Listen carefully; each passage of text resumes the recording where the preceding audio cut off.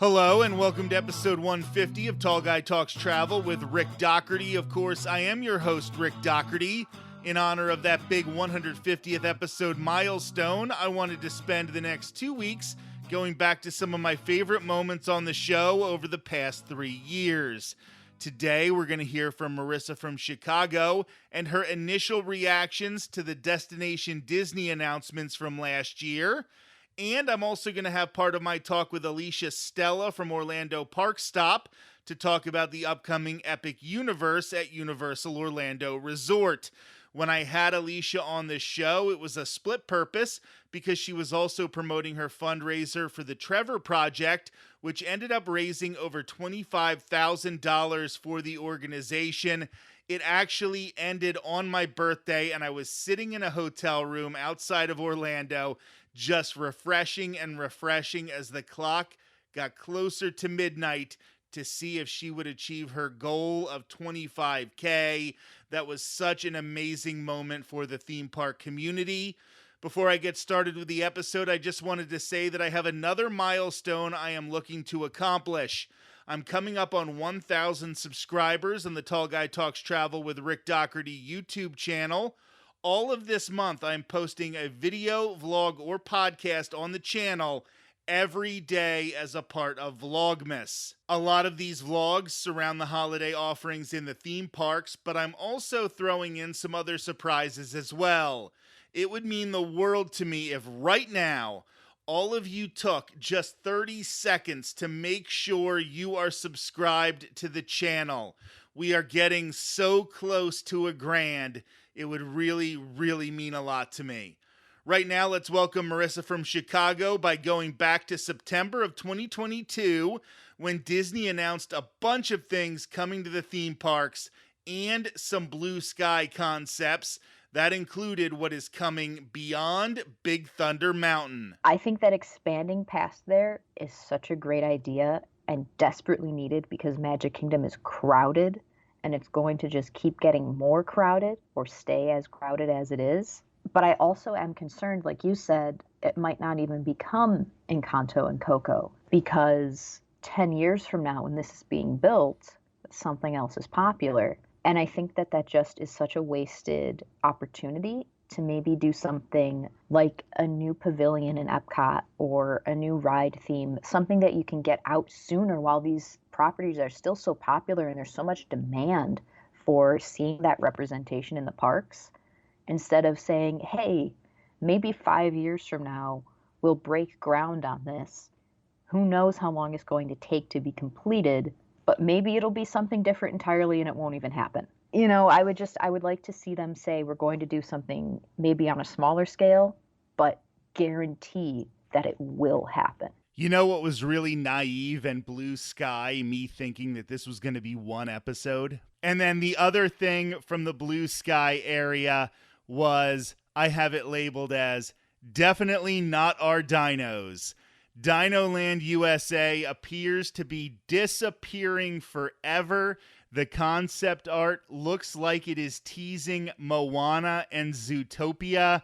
Disney's Animal Kingdom is... Marisa doesn't have kids. This is her baby. Like, Animal Kingdom is the closest thing she has to children. And I am trying not to be too negative, but I have thoughts. And I know that Marisa has thoughts, so why don't you start? Oh boy, do I have thoughts about this. Goodness. My very first thought being, how do you screw up dinosaurs? In the sense that dinosaurs are so cool. There is always demand for them. People love them. And your first thought isn't to say maybe we get rid of the Dinoland Carnival theme and do something different with dinosaurs. It would take less money. It would take less time. You get to keep the dinosaur ride. You get to keep that really fun boneyard playground for kids. And you get to keep dinosaurs, which is a huge part of the Animal Kingdom theme. You have such an important conservation focus in Animal Kingdom. You know, dinosaurs play a key role in that, in saying that it's something, they're creatures that we used to have that are now totally gone. And part of the appeal and the intrigue about them is saying these creatures used to walk the earth, and now all we have are these skeletons and what we can try to recreate about how they lived. And if we're not careful, that can happen to all these other species and all these other places around the world. And so you really need something there to anchor that. And yes, there are other things you could do. I'm not saying, okay, the only thing they can ever do there is dinosaurs, even though I think it makes sense. But what they proposed is not the answer. It's not the answer. I'll let you talk a little bit because I certainly have more thoughts. I'm going to let everybody in on a little of the backstage pass of this podcast in particular, and I have some blue sky ideas of my own. And one of them is to start videotaping portions of us recording the podcast to use as teasers.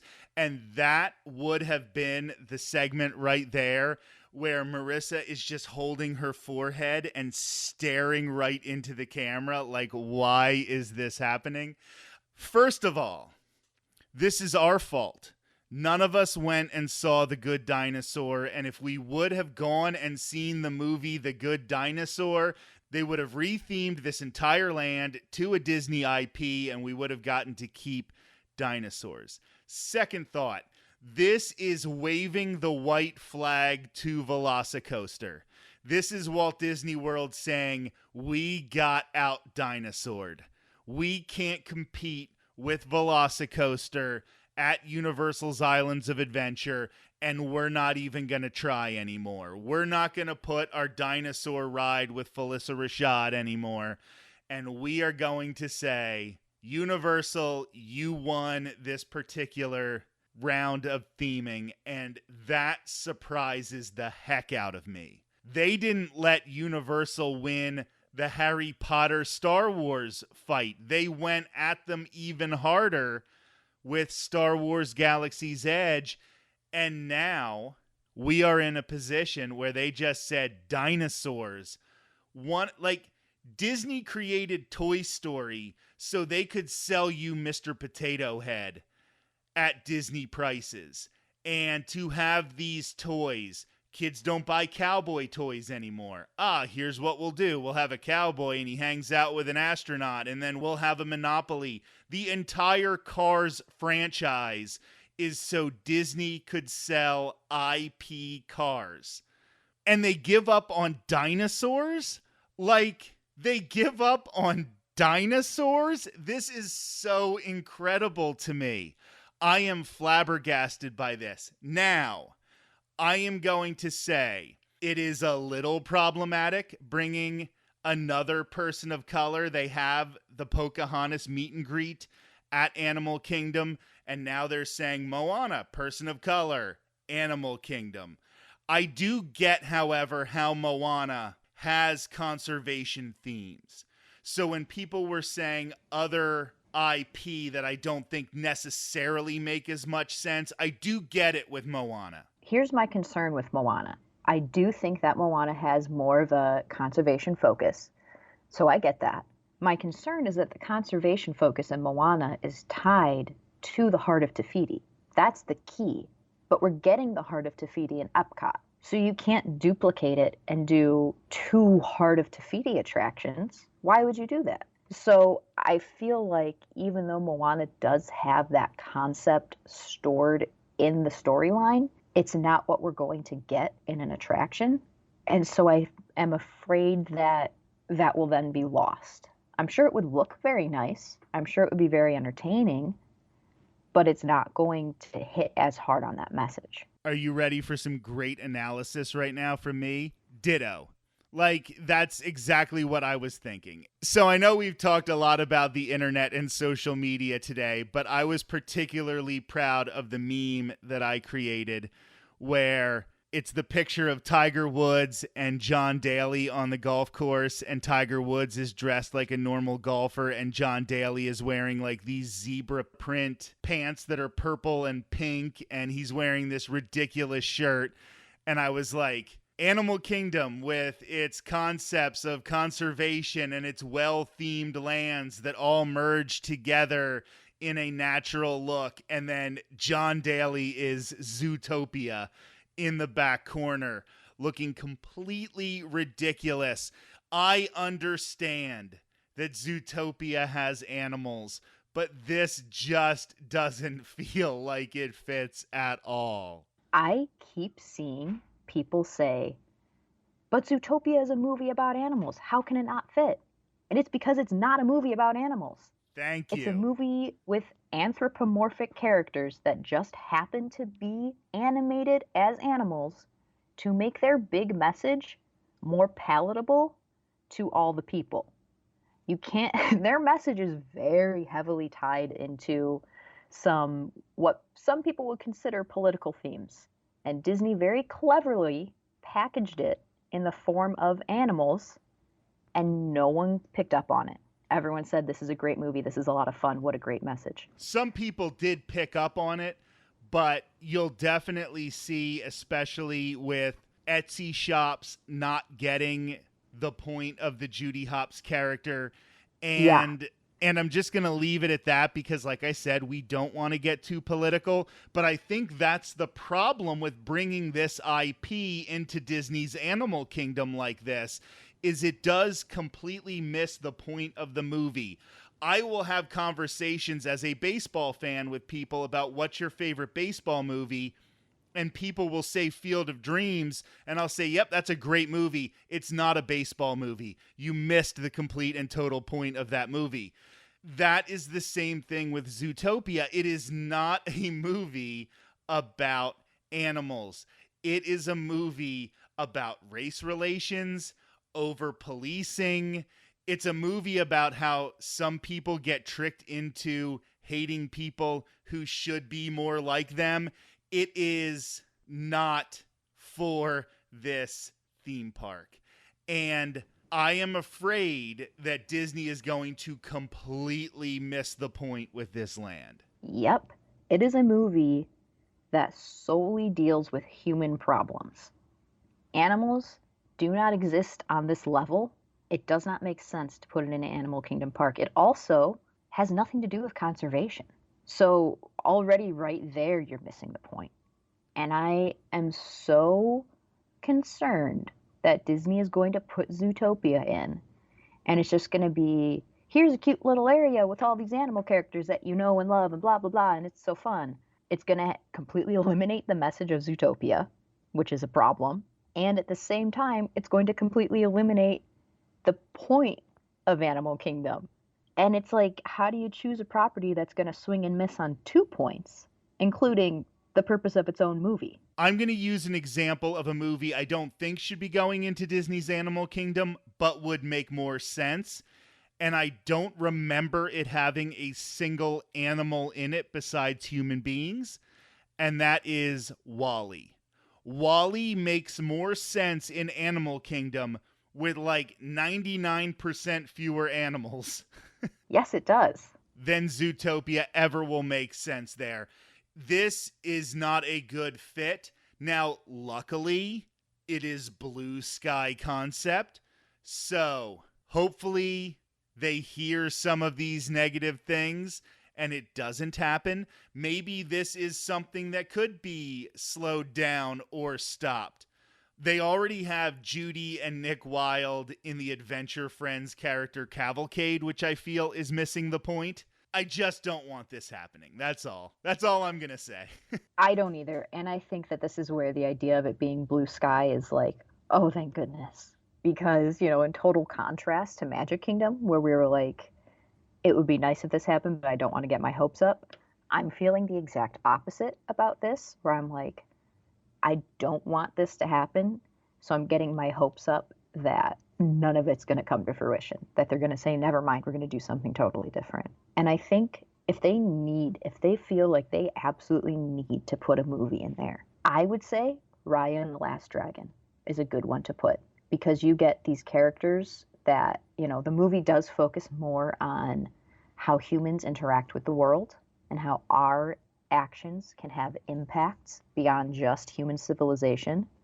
And then you kind of get this beastly kingdom idea that Animal Kingdom has been tossing around for years and years, with the concept of imaginary creatures and how, we interact with the thought of what could be in the animal world. In some of the signs on some of the benches around Animal Kingdom, you'll still see that dragon that was part of the original concept for Animal Kingdom that was going to be part of Beastly Kingdom.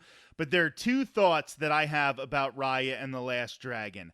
I think they're holding Raya in their back pocket for if these Avatar movies bomb, they are going to retheme Pandora, the world of Avatar. I honestly think that is something they are thinking. But what I don't understand is if you're going to tear Dino Land down immediately and start building something, and you could get your Raya and the Last Dragon Land out before Epic Universe opens their How to Train Your Dragon Land, that would be a big deal. You would beat Universal to the punch on that.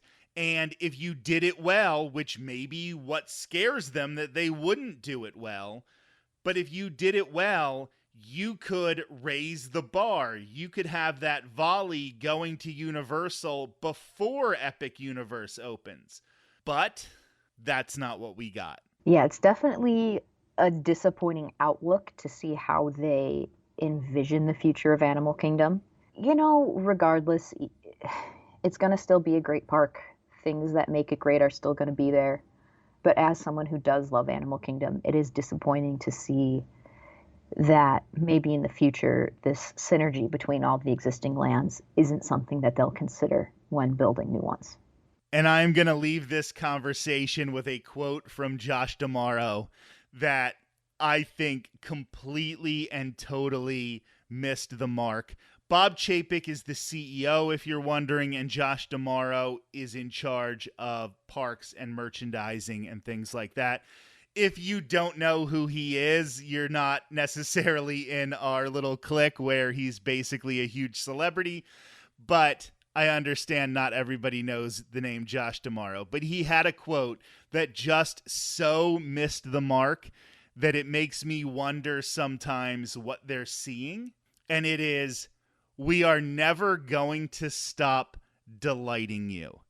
And I love these theme parks, and we are not usually as negative as we have been talking about this, and we weren't even really setting out to be negative because I am excited about a lot of this stuff, but they have missed the mark so many times that I don't think they realize how many times they have not delighted us. Yeah, it's definitely very interesting, and I think that they could have had a much different reception to their announcements if they had taken the route of saying we're going to announce less, but we're going to announce guaranteed. To maybe not focus so much on what could be that, 2 years from now, we're going to be going, what happened to this? And instead say, here's what will happen, even if it's not as potentially exciting as all these blue sky ideas. It's just so interesting to see kind of this unanimous reaction of, okay, but now what? And then to have the execs going, we're delighting you and it's never going to end. It's just very tonally different. This past June, Alicia Stella from Orlando Park Stop joined us to talk about Epic Universe. And the first thing I wanted to know was how this new park will impact the existing theme parks in the Orlando area. It's hard to predict because, like, when Universal Studios Florida first opened, nothing worked. So they spent a lot of time and effort on Islands of Adventure to make sure that when it did open, everything worked. But then they mismanaged the marketing campaign. So you had a very busy opening in 1990 and nothing worked. And they had to give a lot of refunds. And then they had a really slow start at Islands of Adventure until Potter showed up. Because of people thought it was part of the original park. Like, it turns out naming something Universal Studios Islands of Adventure just sounds like a land within Universal Studios. So we might be in for one of those where it's like, come visit Universal Orlando Resort. We now have 2 parks and also a 3rd park 2 miles away. It's going to be a hard sell. It's going to be confusing. I'm sure we'll all get used to it eventually, but there's no telling how this gets off the ground. Speaking to people who aren't as immersed in theme parks as we are, there's very little knowledge that Universal's building a new theme park. So they have a if this was Disney, there would have been a special on ABC every weekend. Unfortunately, we wouldn't end up getting half the stuff, but But they would be talking about it and people would be like, I can't wait for Beastly Kingdom when Animal Kingdom opens up. There'd be McDonald's toys based on it before it even opens. Like, but that's Disney. Universal holds the cards close to their chest. And I think they'll do a big push starting January next year through the summer, especially next year, leading into the year countdown until the park opens summer 2025. But we really can't predict what's going to happen. I imagine that over time, Epic Universe will become just as popular as the existing two parks. It will probably cannibalize the visitation from Universal Studios Florida and Islands of Adventure the same way that Epcot did, the same way that Hollywood Studios when it was MGM and Animal Kingdom did, because there has to be a leveling out and people only have so many days on their vacation. I'm not sure if it's going to hurt Disney overall, but it might affect like the lesser parks. I think Star Wars and Toy Story and stuff is still bringing in people to Hollywood Studios. I think Epcot is struggling even with Rat Ride and the Cosmic Rewind to sometimes, because it has such a high capacity. So it's struggling to get the numbers. Magic Kingdom's not moving the needle with Tron, but it doesn't matter. It's the busiest theme park in the world. Animal Kingdom needs some rides though. So I bet you how the first thing that the domino that falls is Universal Studios Florida needs to put a really good ride in to get people to still buy tickets for it. They think, oh, it's our flagship park. People will always buy a ticket for it. But that's not always the case if, you're building a bunch of Fast and Furiouses and not necessarily, and no offense to Minion Blast opening soon, but I don't think it's going to move the needle the way that something like Super Nintendo World would have had it gone into that park like it was originally planned to. And they already got like Hagrid's and Velocicoaster over at Islands. So I think that's safe for a while, although we might be getting Zelda in the future. So something's needed at Animal Kingdom, something's needed at studios. Those parks will probably have to adjust and add, and that will be in effect from Epic Universe just existing. Because I think what Universal is hoping in the long run is this makes a Universal Orlando Resort vacation an entire week. Now with Volcano Bay and then the two dry theme parks and now this third huge theme park, that they are going to get people who will come down and just, maybe they used to do a split between Disney and now they're just going to do Universal.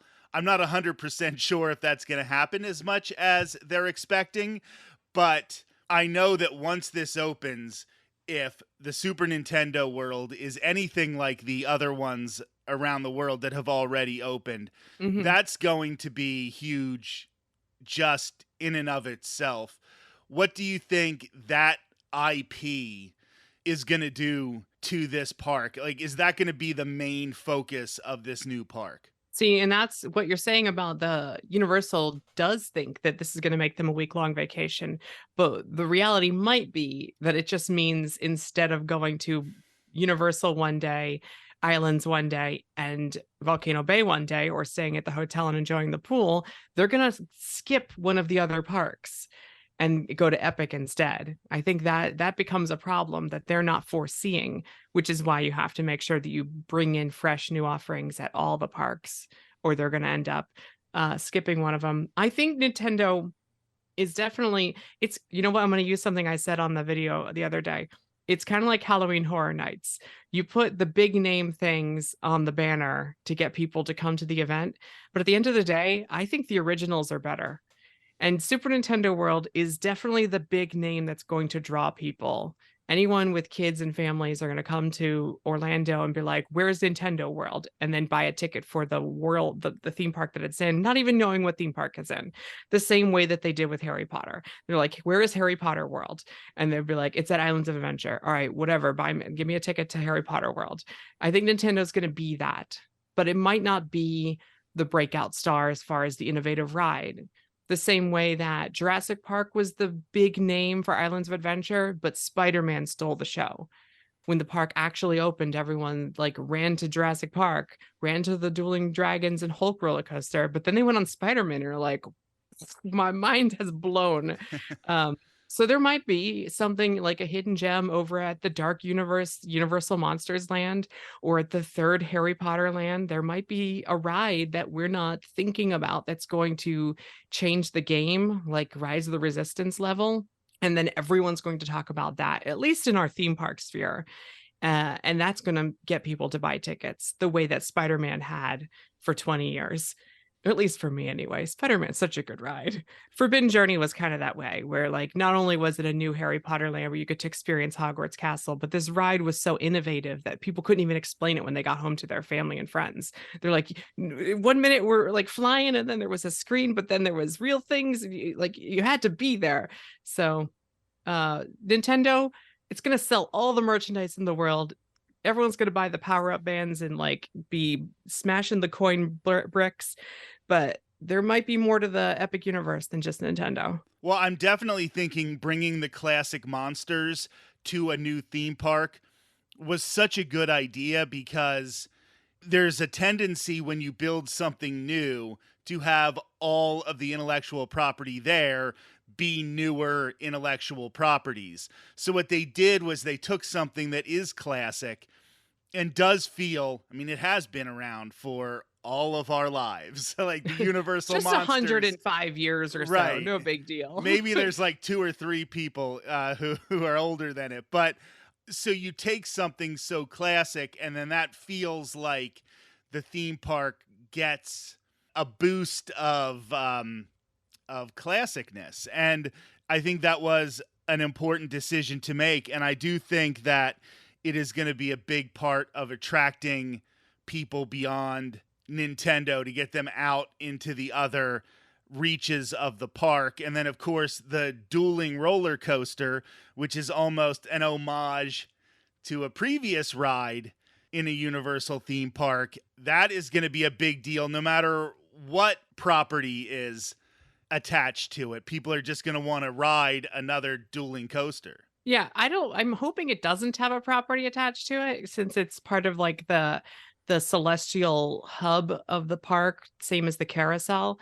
But it is definitely like the Hulk coaster has been for years, the shot that will end the commercial. They'll be like, come to the new Epic Universe theme park, and then it'll show like the dueling coaster like wrap around one another, and then the logo shows up. So because it's an easy sell, like you can drive by and be like coaster, and that makes you want to go. So anyone going to a convention would be like hearing the screams of people on this coaster, the way that SeaWorld has kind of like gone all in on it. But and looking at the construction of that dueling coaster, it's way more intense. I don't know if intense is the right word, but I'm going to say intense than I was expecting. It is tall and crazy, and yeah, it just like really super more thrills, like the same way Velocicoaster was. Like I wonder when they were designing Velocicoaster if they realized how thrilling they were accidentally making this, because it seemed more thrilling than we usually get at the Orlando theme parks. This is more amusement park level. So to mix together the high thrills of amusement level, but the high theming of a theme park, you get something like Velocicoaster. This one is like twice as scary looking as Velocicoaster. So I'm curious to see if like we're going to get the coaster nerds, like the coaster aficionados from around the world to make pilgrimage to ride this one ride. Plus there's 4 coasters in this park, isn't there? There's one at How to Train Your Dragon. There's the Donkey Kong minecart coaster at Nintendo, which they do not have in Hollywood.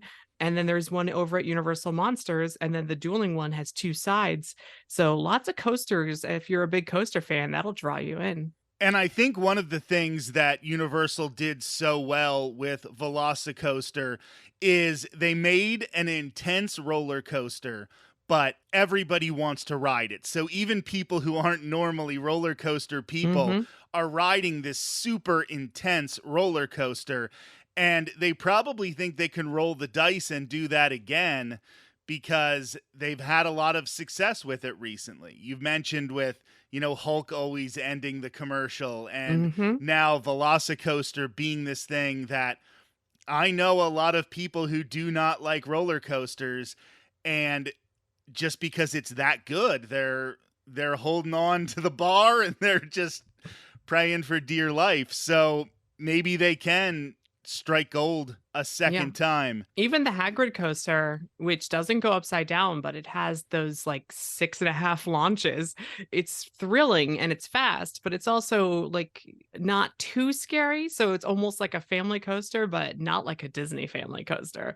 It's still a coaster. It has a drop track. I think How to Train Your Dragon is going to be like that, where it's technically for families, but it's Universal's level of family is much higher than Disney's level of family. There's a lot more teenagers in a Universal family. Yeah. So even though we're going to see like 9 or 10-year-olds on the How to Train Your Dragon coaster as intended, but we're also going to see a lot of older kids and adults because it's still going to be a fun coaster. This isn't a kiddie coaster. So How to Train Your Dragon might have been one of those franchises that just escaped me because of my age. And we've had a couple conversations on here before. Is How to Train Your Dragon enough of an anchor? Is that really a successful enough franchise, in your opinion, to hold a land that is this big in a theme park that's going to need to be this productive? Like, I could have just completely and totally missed a pop culture phenomenon. I'm not saying that didn't happen, but it just felt to me like, wow, that's a lot to ask of a franchise that I didn't know that was that popular. Well, I would pose it as this. The best show at Universal Hollywood and the greatest stunt show of all time is based on Waterworld. And sometimes a land doesn't, like, I've never seen any of the TV shows or movies that Frontierland is technically based on. It's just a cool looking land based on a time period. Well, imagine this as a Viking land where dragons are real. And there are dragons in the windows, and there is a roller coaster running through it. And there's a boat ride where little kids can squirt each other with big water cannons. I don't think the kids care if they know what the movie is. They're too busy having fun with the water cannons on the boat. I don't think anyone, like, you're going to recognize Vikings. Like, as soon as you enter, there's like a 40-foot statue of a Viking. I think you'll recognize the fantasy level of theming before you even realize what it's from. So I think it could be a successful land, even if you're not having the emotional attachment to it. Now, I question having an entire land based on a city from Fantastic Beasts that's seen in the lesser of a not so well received trilogy of films. I think the first one with New York was semi-decent, and I think the last one tried to course correct and figure out a plot line that made sense. But the middle one, it's kind of got some issues, and it's the one they chose to build an entire land on for Paris. And as cool as it is to be walking into Paris, like a really big fleshed out World Showcase pavilion, I'm not going to have the emotional attachment to that land the way that I did walking into Hogsmeade or Diagon Alley. So I question that more than I do How to Train Your Dragon, which at least has dragons. No, I 100% was getting to that. Because one thing that has amazed me is we see the pushback that Disney has gotten no matter what side. First, Bob Chapek doesn't say anything about Don't Say Gay, and there's a pushback from supporters of the LGBTQ plus community. Then he says something, and the other side comes out with their knives and their pitchforks. And we have just been sitting here wondering how Universal avoids being a part of any of these conversations. And they're just going to open a brand new J.K. Rowling land based on a property that's not even, like, yes, Harry Potter can overcome all of that because it is so iconic. But these Fantastic Beasts movies were not that popular. And now they're still going to be building this and dealing with, you would think, all of the pushback, but Universal just avoids it like they're Teflon. I mean, they did cut one of the rides for the land, the one that would have been tied directly to that film series. And they kept the big ride, which is rumored to be based on Harry Potter. So it's almost like a split land with a Harry Potter section in the back, and then the city as seen in Fantastic Beasts. They could bring in the Beauxbaton Academy as the ride or a new show and tie it to the 90s version Harry Potter stories, and not even draw attention to what the city was first seen in, because the French, like their version of the French, like Hogwarts, still exists in the other stories. So there's a way to work around this. They were already locked into it. Also, I've read the contract, and Universal has to do essentially whatever Warner Brothers asks them to do. So I have a feeling this wasn't necessarily their first choice for a land, but this was the up and coming movie when they were deciding what to build. I think Stuart Craig, I think is his name, the production designer for all of the films, did an amazing job with Place Cachet for Fantastic Beasts: The Crimes of Grindelwald, which is unfortunate because the director barely showed it in the actual movie. But the streets and the design and the like set design and the production design is gorgeous. So in a way, I'm kind of glad that we get to walk into it, at least so that someone gets to enjoy his hard work. And that's how I'm going to think of it. I'm going to be like, oh, I'm welcome to Stuart Craig land. This is a world designed by a production designer I appreciate and built by theme park creative people at the height of their ability. And that's it.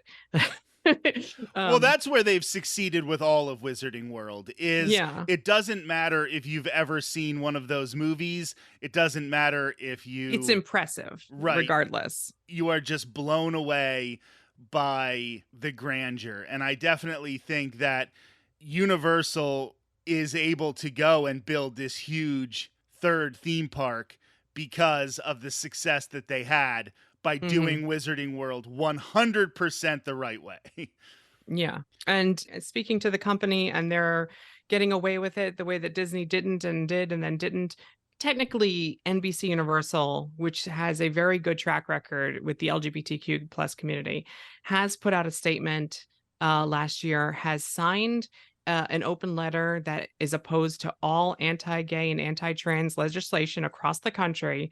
And they even put a statement out when the J.K. Rowling controversy was happening, saying that NBC Universal is an accepting company of all gender identities and orientations. And it was very well worded, but without actually specifically saying why they were saying it. But they were asked for comment. They gave a comment, and they are a very progressive, I guess is the word. They're a very inclusive company. Comcast, the owner, they do their own thing. I don't know. I just know NBC Universal, who was acquired by Comcast. They good people. Well, that is the perfect place to wrap up this conversation. Alicia Stella, thank you so much for joining us, and thank you so much for everything you are doing to raise money for the Trevor Project, and of course to raise awareness as well. OrlandoParkstop.com/charity. We really appreciate it. Thank you. And thank you for having me on to talk about these things. This has been episode 150 of Tall Guy Talks Travel with Rick Doherty. We'll continue celebrating this milestone next week by going back to some of my other favorite conversations we've had on the show.